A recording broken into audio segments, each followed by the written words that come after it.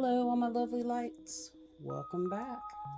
Today, I have something that I'm running a little behind on. It is the Guardian of the Night Tarot. This will be a first impressions.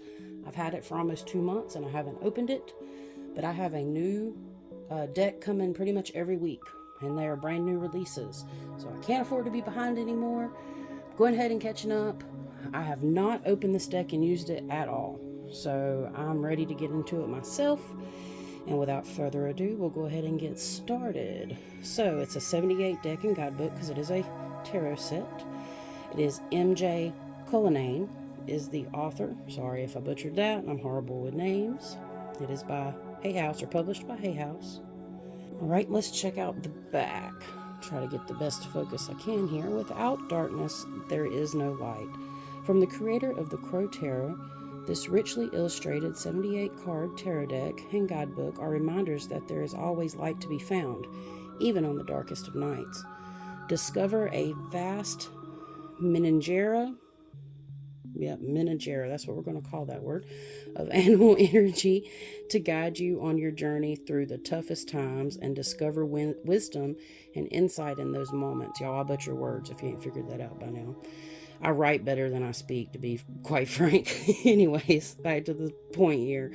The tarot deck is not a tool to banish the darkness, but an invitation to dream the divine dreams that emerge from the night, and to find beauty wherever you are on your path.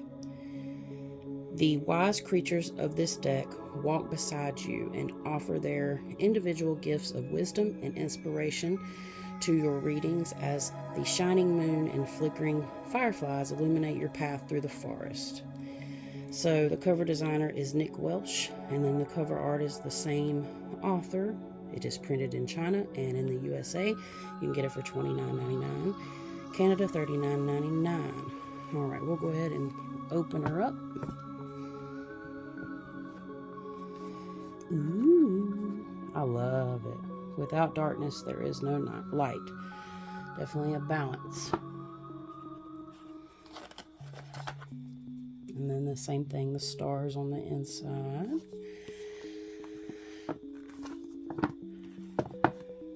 Sorry, my head is right beside the phone, so try not to bump into it. Here's the guidebook and the cards. So I'm going to just rip this off.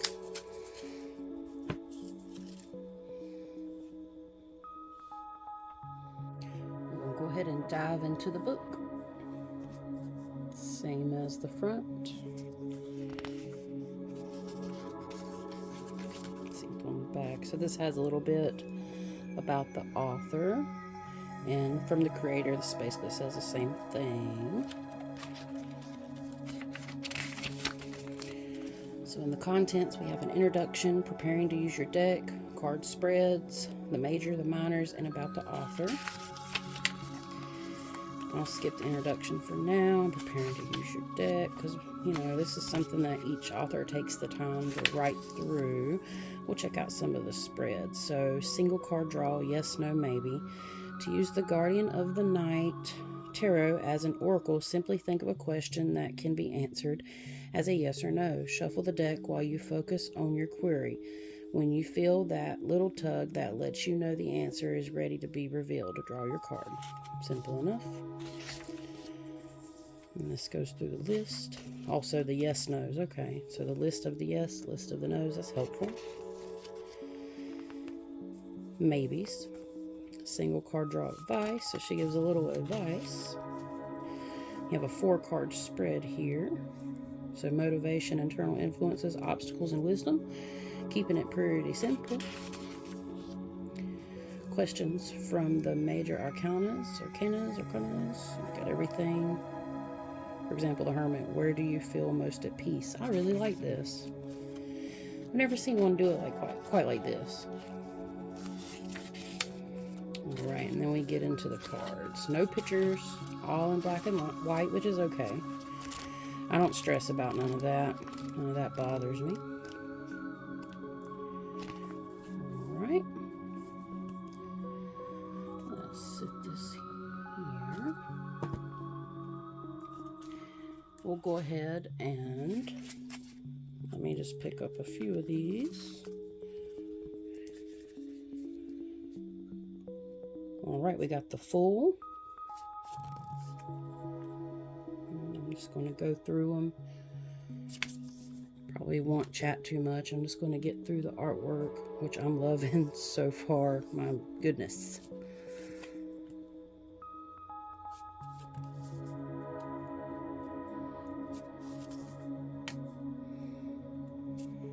Cute.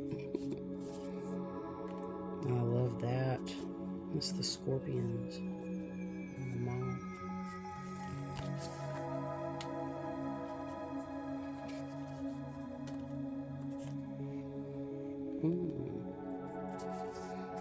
I think these cards are really going to speak to me personally with the artwork and whatnot.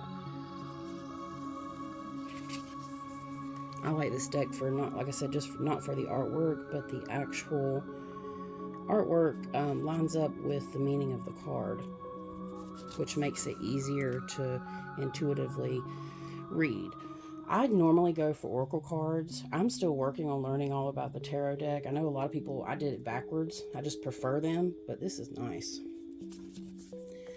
I know it's very helpful too. Excuse me.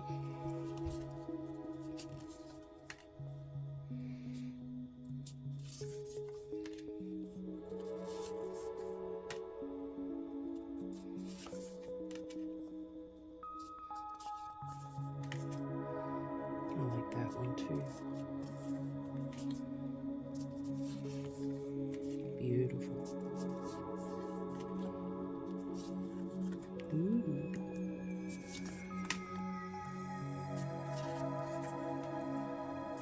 We're in the wands now, so no different name here. Love that one. This one has something on it from print, but nothing too big to worry about. Let's see if I can get it back into focus. There we go.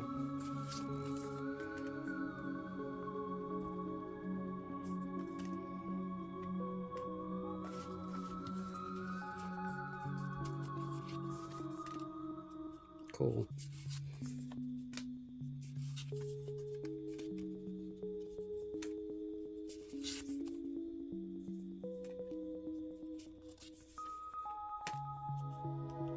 That's really nice. I'm interested in her other decks as well. The artwork is just really nice. I'm a stickler for the artwork. Love it.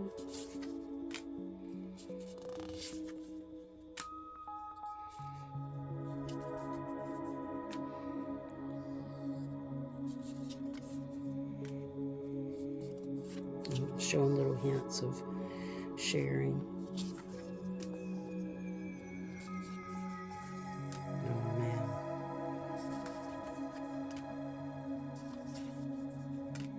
Cool. And I'm going to mix all these up and cleanse the deck and shuffle them anyways. So I'm just tossing them down. Oh, neat. Like I for real have held onto this. It's been so hard not to open it, but I didn't.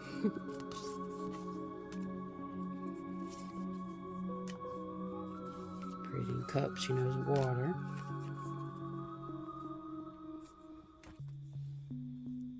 Alright, the last little bit here.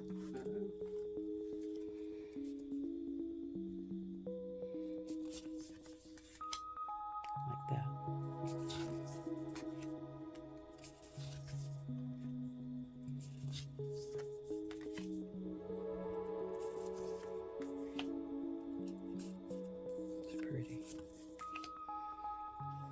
Oh man, let me see if I can get that. That is cool.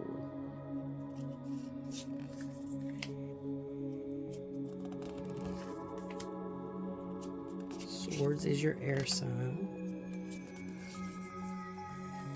So representing air and water, the Knight of Swords. Oh, okay, so that's the Queen of Swords.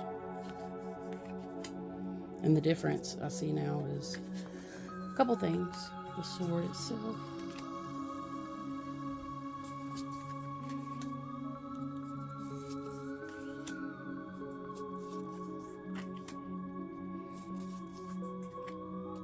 I can let you guys know what I think about it, maybe in a short or an updated post on my Instagram once I start using it.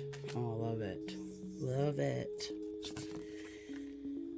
Nice. And you know, the meaning behind this, there is no light without darkness. Well, you have to go through the dark times in life to appreciate the lighter times. So I really get the meaning behind this deck. The Kraken. Man, I love this deck.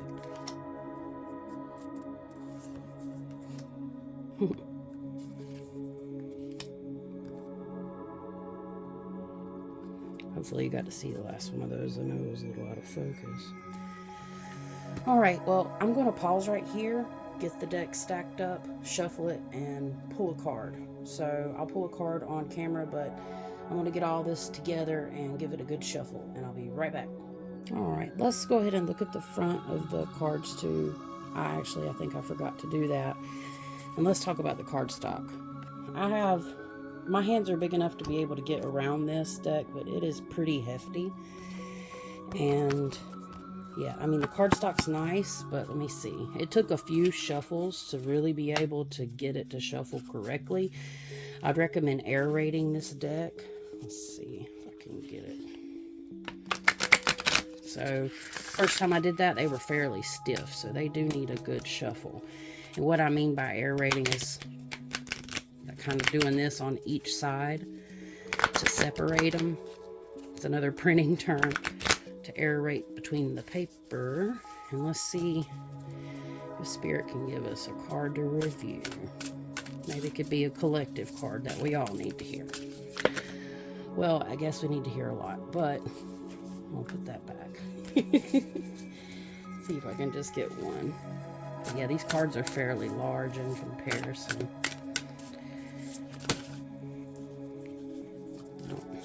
I'll give it one more go.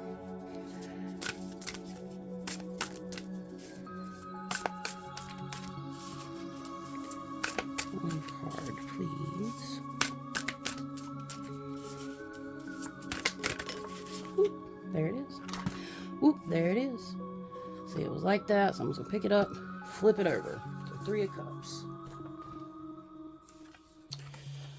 Alrighty, and you know what? I took a moment and paused over this card too. I did a lot of them, but I noticed, and I elaborated on it, when I'm actually doing readings, I've noticed that if I pause on a card, it ends up flying out somehow.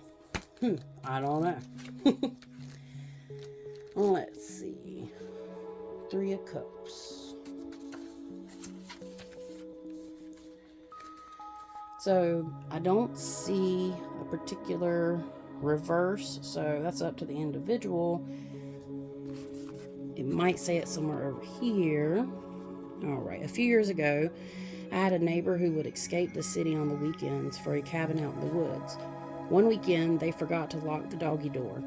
A family of raccoons seized the very fortunate opportunity. Let's see if I can get that over here. When it came time to create the 3 of Cups, I knew precisely what inspiration I was going to draw upon, because although I did not witness firsthand the aftermath, from neighbors' accounts, those raccoons worked together to throw quite a party. You can imagine what it must have felt like for those raccoons. It must have been like winning the lottery. So she must do this for each card. Maybe, I don't know. Probably not. She probably doesn't. Who knows? We'll find out when we get more into it. The 3 of Cups speaks to how you feel when you share your time of great joy with others. There is something magical about joining forces with others in celebration, or just working towards a common goal that is sure to be a great success. There is a sense of community and belonging that keeps the passion burning within to keep moving forward. When you encounter the 3 of Cups energy, you will benefit from joining forces with those who with company you enjoy. Chores or tasks will be more fun and more productive when you enlist friends and family to help. Of course, the work is always much more pleasurable when it's a work party. When you hold the 3 of Cups, a situation may benefit from asking for help or allowing others interested in your success to become involved. Use your enthusiasm for a project to enlist those who genuinely want to see you succeed. Lost my place. Not only will you gain an eager team ready to work, you will find the victory to be sweeter. If your task requires a hands-on approach, if you need to do physical work, call on the raccoon's energy, as a nimble creature possesses a heightened sense of touch. A shapeshifter and natural maker of shenanigans, your situation may benefit from using a little trickery when enlisting friends and family to help with a task. But don't worry, they will thank you at the end for a great time. Nimble, focused, clever, and dexterous. Well, I like it. I'm ready to dive into it. And if y'all want to get it, I got it off of Amazon. Again, it come out back in July. It should still be readily available. If you don't mind, please sub and like this video if you're interested in it. If you have any questions, let me know. And until next time, peace out. Knock knock, who's there? Sleepy time too. Everybody's asleep except me. Alright. So we're gonna get on in this. Get on up here in this.